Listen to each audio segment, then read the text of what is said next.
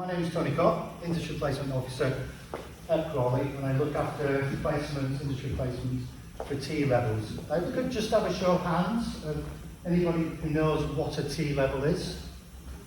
Anybody that's been told why you've been arrived by me, what's the name? You don't count. Okay, good. Okay, I'm happy. That is not unusual. Okay, so what are T levels? Okay, let me just click on this video. It's only about 35 minutes long. The next level, the T levels. The post-GCSE qualification that combines in-class learning and work experience. It's the best of both worlds, where theory meets practice. It's the know-how. T levels are designed for 250 leading employers, so students can focus on the knowledge and skills businesses really need today and tomorrow. The subject list is growing year on year, with 24 courses available by 2023. Each one opening doors to work placements, industry contacts, and career paths. One T level is worth 3 A levels. From here, students can go anywhere, onto university, take on a higher apprenticeship, or launch your career and get straight into work. This is more than a qualification. Designed with employers, we're creating young people who are work ready, full of fresh ideas and practical skills, ready to shake up the industry and take businesses to the next level.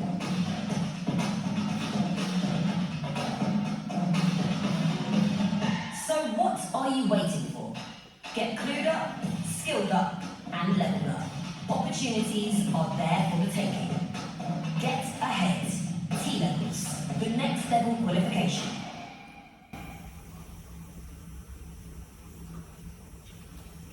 So, clear as mud, right? So, interesting fact that on there, like 1 T level is equivalent to 3 A levels. Tell a little story that happened last week on college up an evening. So, a young gentleman came up with his mum and dad and said, "Is it right that 1 T level is equal to 3 A levels?" "Yeah, absolutely." He went, "One subject, 3 A levels." Well, it doesn't work like that, okay? It would be a nice thought, but it doesn't, okay? It's a lot more complicated than that. Yes, a distinction in T levels, which I'll cover later on, is equivalent to 3 A levels, star levels, okay? So you can come out with some serious qualifications on a T level.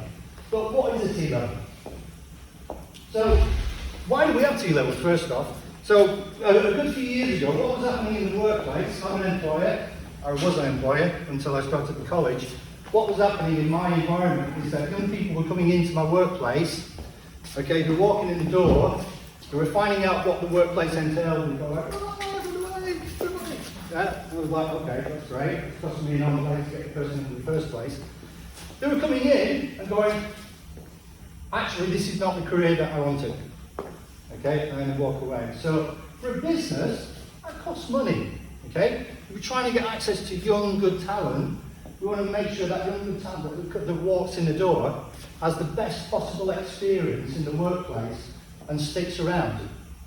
So, the industry sector and government, we need to do something about this.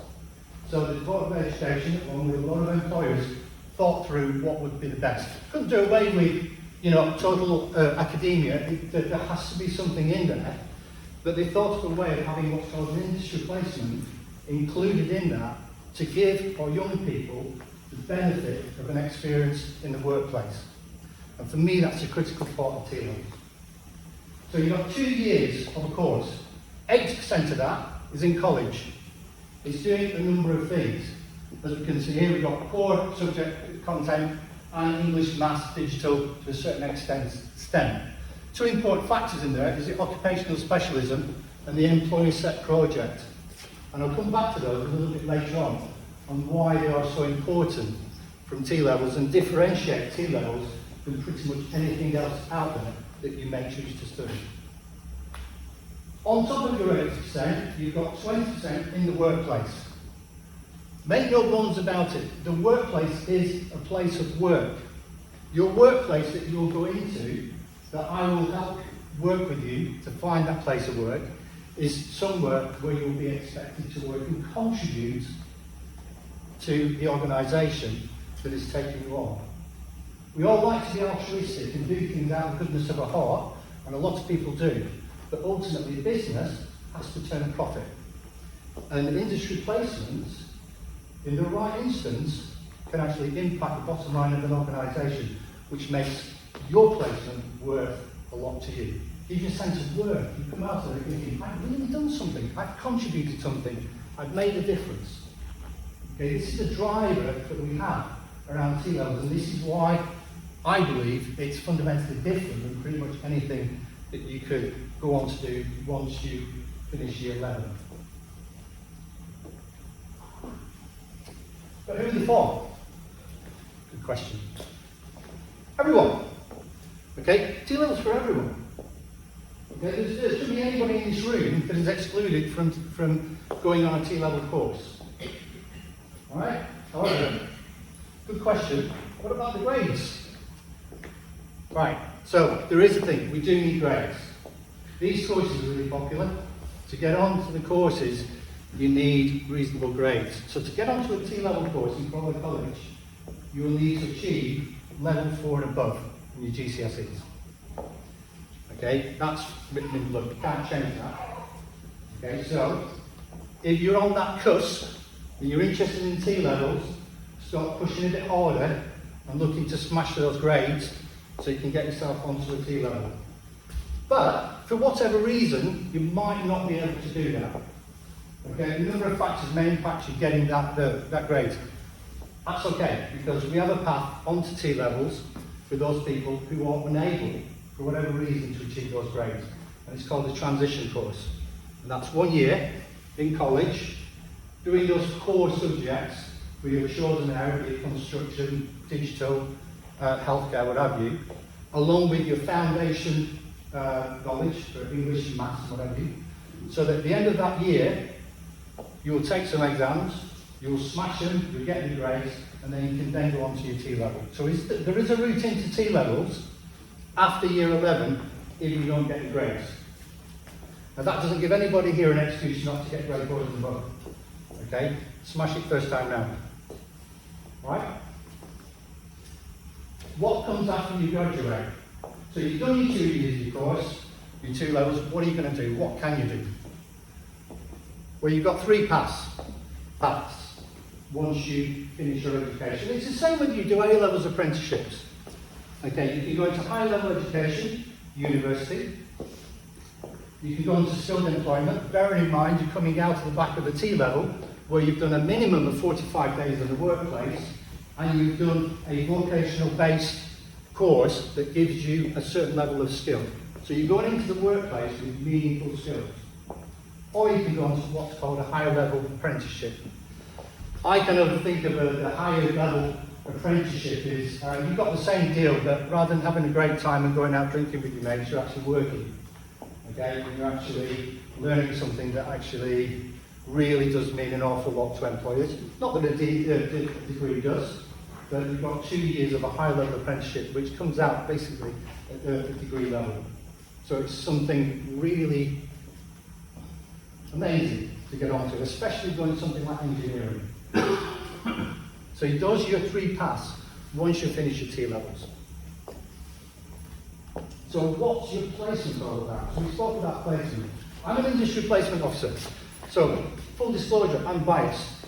Okay, I love placements because I think they are the things that differentiate the T-levels from any other course. You take away placement, it's just another 2-year academic course. You put the placement in, and it means something so much more. So you have to do 315 hours minimum. If you're doing a generic one. Education and childcare is a little bit different, but that equates to 45 days. What we do, we don't put you out on your placement in the first year. That first year, I spend time with you and the rest of the team getting you prepared for the workplace. So not only are you going through your core subjects and that all-important employer set project that we spoke about, but we're looking at CVs, covering letters, interview techniques, mock interviews. You'll be doing some research on the kind of companies that you want to have a placement with.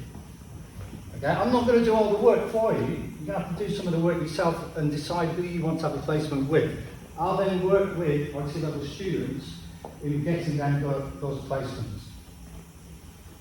Okay, it's a really important part of the first year, as well as all that knowledge you're absorbing in that first year. What it means is, I have an interesting story to tell when I start talking to employers about our amazing T-level students. But what do you think they want of you? The answers are 4 things. Dead easy. Want you, that helps. Turn up, that really does help. Be punctual. Going back to what the workplace and what employers were experiencing with our previous generation of younger people was people not turning up, people being late habitually. Employers really do not like that. Okay? So expect it to be punctual. Possibly the most important thing that relies on 3 other things like that is a positive, strong work ethic. You'll hear people, particularly me, talk a lot about attitude over aptitude.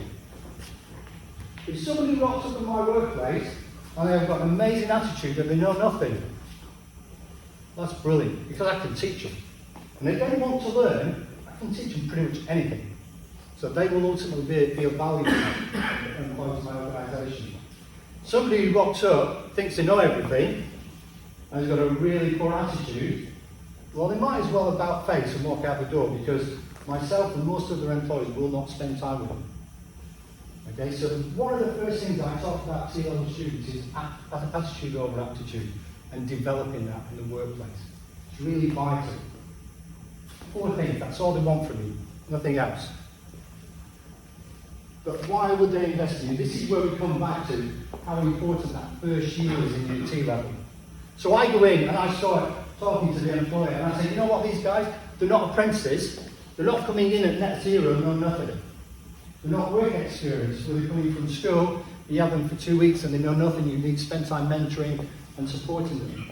These are T-level students and they have value the moment they walk in the door. They can start doing things, good things, and they can make a difference in your organisation. I then have an immediately different conversation with that employer and they start talking, great, when can I have them? How much do I need to pay them? Okay? Employers don't have to pay T-level students for the placements. We always encourage them to do so, because it just means that in return for your value you're given, you're getting something back in return. Ultimately, what that employer wants from you is a return on their investment. So they want you to work hard on whatever it is you're asked to do. I'll come to that in a minute, which will ultimately impact their bottom line. What you're asked to do is pretty much what we've discussed, you, myself and the employer, and we call it your learning objectives. Important point of your placement is you're graded on it. So the employer is part of the grading process. So the learning objectives that are agreed, and it's 3 people that agree it, the employer, me and yourself, they will look at the end of the placement and see how you've done on your learning objectives. If you're anywhere near as good as the ones last year, you'll come out of it with an A and you'll smash it. Yeah? But they will support you, I will support you. Employers want you to succeed. It's as simple as that, because if you succeed, it's better for them, they're getting a return on their investment. Is this all making sense to other people? Yeah? Good. Right, little story. The top 2 pictures on the right hand side, that's a development house here in Horsham. We got a placement for these guys about 5 weeks ago. Went through a selection process, about 12 to 15 students, and he narrowed them down to 2. These 2 guys got the deed, they were successful. From the interview point of view, they really smashed it. They did a lot of research on the organisation, and he was blown away by them. Those were his words. They are now developing an application for an Oculus headset, so a virtual application, that will ultimately interact with something in the real world. I don't know what, he's keeping all the cards close to his chest because it's a little bit top secret, but he is enthralled by them. What he said to me is that, Tony, they just walked in, I gave them the development environment, set them to it, and they cracked on and did it. Now, they didn't come from school knowing all that stuff.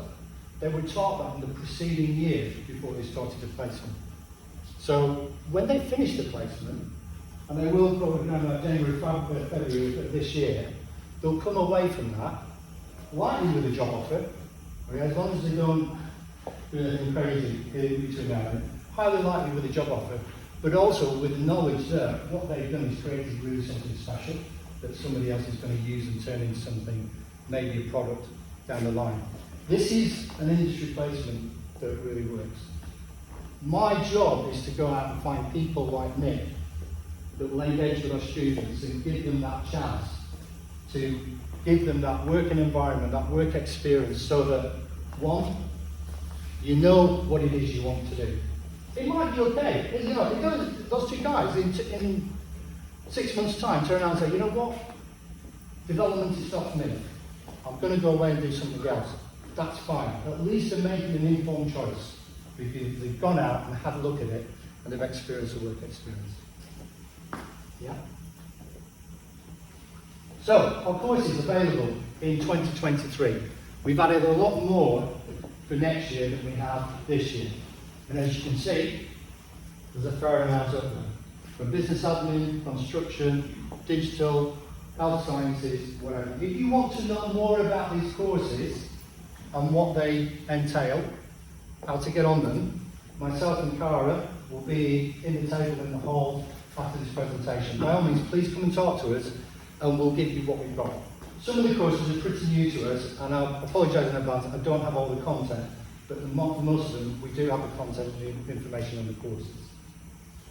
But this is just going to get bigger and bigger and bigger because the focus on industry and the education sector on T-levels is massive, and we just want to increase it and push it.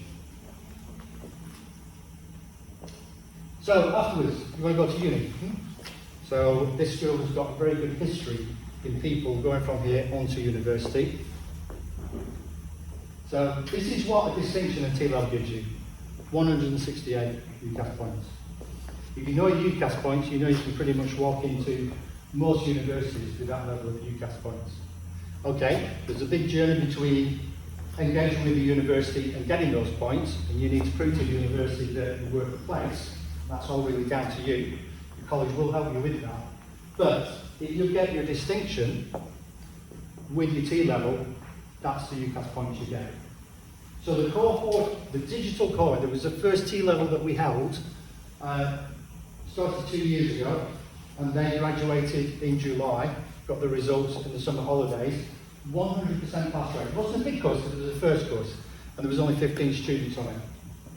Okay, out of those 15 students, 9 applied for university and 9 got places. 10 got distinctions.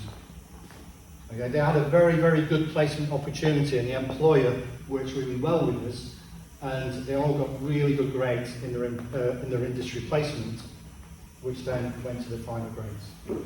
So it does work. T-levels really do work. All the rest of the guys, they've all gone on to full-time employment, and they're all employed in the digital space, either doing web development or coding in games houses. 129 universities are accepting T-levels, and that number is growing on a weekly basis. If you go onto the Department of Education website and search for universities accepting T-levels, you'll see the list. We have a list in the, all of you want to see that list. There's even Aberystwyth on there, should you want to go to Aberystwyth. I hear it's a really nice place. Right, so what's next for you? If you're year 11 and you've got projected grades and you want to go on a T-level, I suggest you start getting your interest in now. These are really popular courses, and we want to give you the opportunity to actually get on them as best you can. So start the ball rolling now. You go onto Crawley website, you can go onto course types, and under course types there's T-levels on there. We'll give you all the T-levels. That's the actual URL. You can take a picture of that if you want. Those are my contact details. All of this information we have on our table in the hall if you want any further information. That's it. Is anybody any clearer about T-levels?